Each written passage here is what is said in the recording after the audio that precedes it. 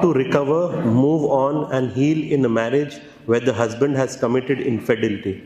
Has committed? Infidelity. It's not one size that fits all. We can't tell everybody move on. Someone who is frequently doing this sin and he is an adulterer and he doesn't fear Allah Azza wa Jal is different from someone who made a mistake and he's remorseful, he's crying, he's weeping, he's confessing, he is raising the white flag, he is not defending himself.